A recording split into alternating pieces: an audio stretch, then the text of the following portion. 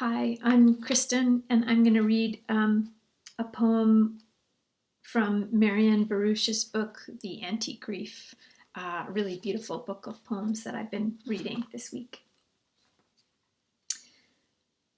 This is a poem about John Berryman. It's called There Ought to Be a Law Against Henry.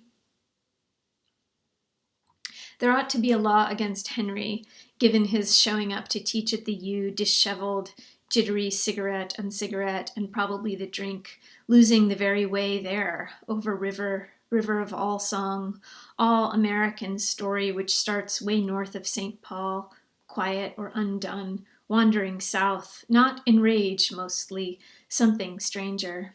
That's one epic shard of John Berryman anyway.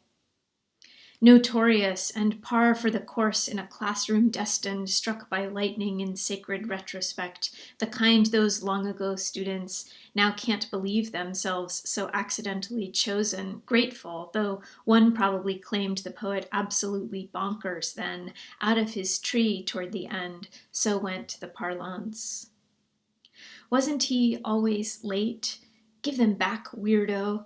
With those brilliant papers they eked out small, dim-lit hours when a big fat beer would have been nice. Really nice. Fuck him, I hear that kid most definitely blurting, were he young now. Though the others, from the get-go, their startle and reverence. But not even that malcontent did the damning. I can't believe they gave him tenure. Here's where I think something else. Of course, it's the dream songs that rattled him until, as grandparents used to say, he couldn't see straight, like Dickinson's bits of shock and light did her in between naps and those letters to some vague beloved unattainable. Or Plath, her meticulous, crushing fog.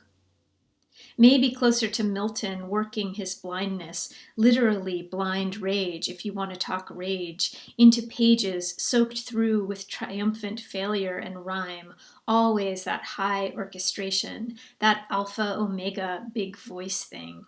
And Satan, after all, as wise guy and looming, because, for Christ's sake, Jack, get an interesting character in there. Someone must have lobbed that right.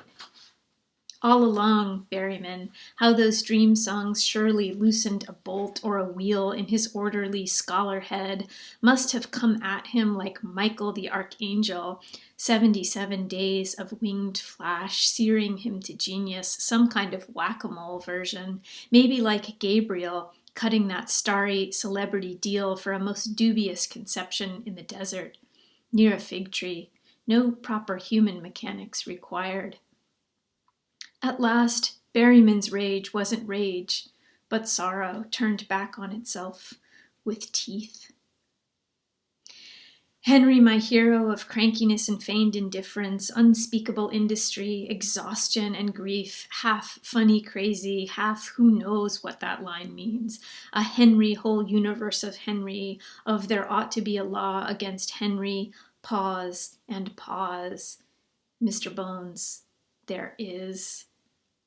Will be, was, not to say poetry's worth it or the most healthy fascination for the sane. Is this love? There's break, as in lucky, as in shatter. There's smitten, and there's smite.